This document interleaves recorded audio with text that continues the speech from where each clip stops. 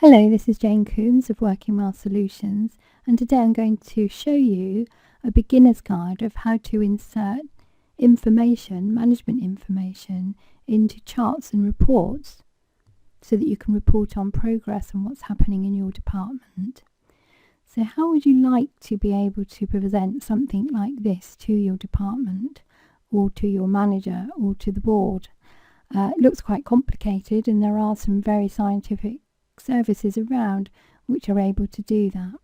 So I'm going to show you how to do that, and it's a step-by-step guide, so please bear with me if you know some of these steps, but it is aimed at the absolute beginner for Excel.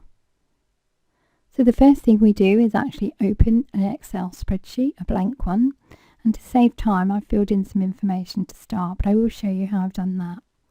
So you go to a cell, that's what these are called, and first of all you put in your date. So I'm using date to actually show workload, but obviously you can choose whichever set of data that you feel is most important for you.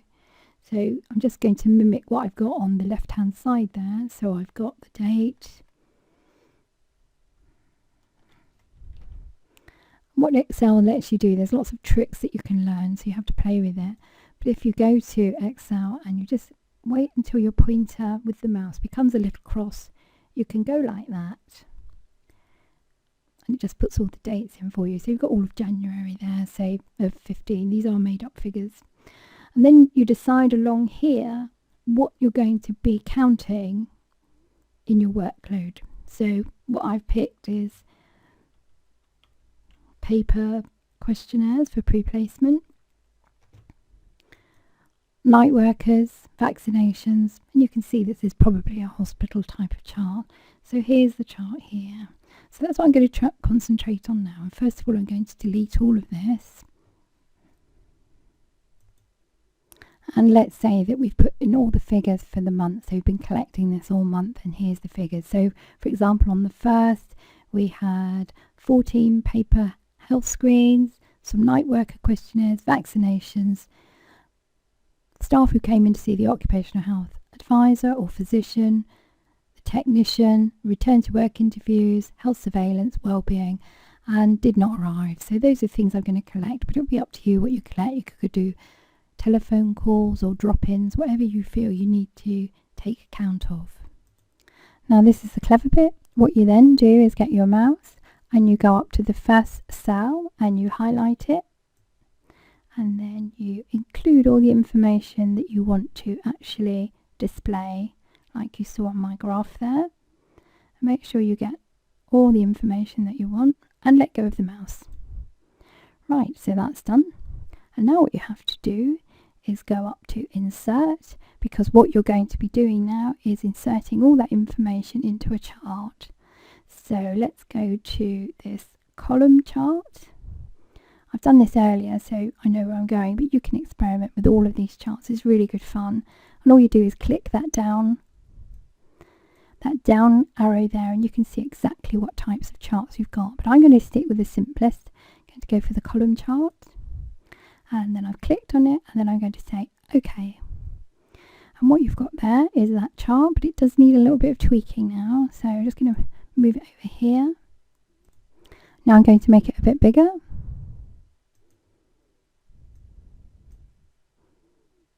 You have to wait till these arrows become movable. You see, you can make it as big as you want or as small as you want, and as it gets bigger you can see that the information becomes clearer. Now to change it, I'm doing this very quickly so you can have an experiment yourself. You can actually switch the rows and columns, so you can have the days there and the types of health intervention there, but what I'm going to be looking at is the layout. So first of all, I'm going to give it a chart title, and centered overlay, and we're going to call this. So there you can see almost the finished product, the attendant figures for January 2015 using the information on the left.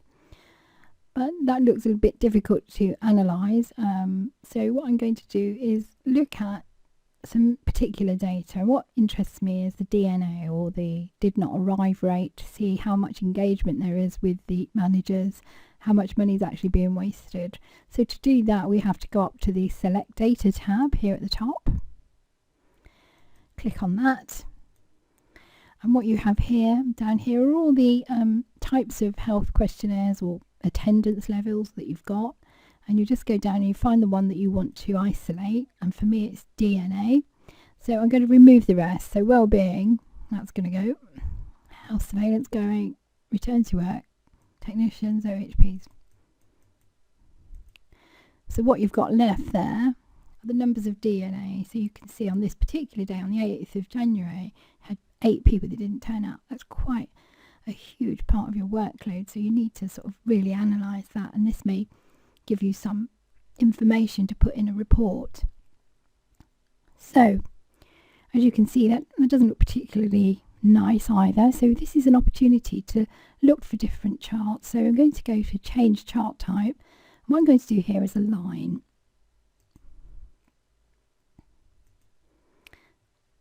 And there you can see that. And often you can plot pairs of data against each other to see how they are. And there's also opportunities to do trend analysis as well. You just will need to click on all those charts. So that's about it really. Once you've got to where you want to go, and I'll just go back to where we were, you then can copy that chart, open your Word document, and you pop it in there and you just paste it. Just going to paste another one. You can see I've got 2 now. But you would then start to manipulate it and do some analysis of the data you have. So I hope you found that useful. It's Jane Coombs of workingwellsolutions.com. If you'd like me to do some more simple graphics or Excel spreadsheet type learning, then do drop me a line at www.workingwellsolutions.com. You can find my contact details on my website. Thank you for listening.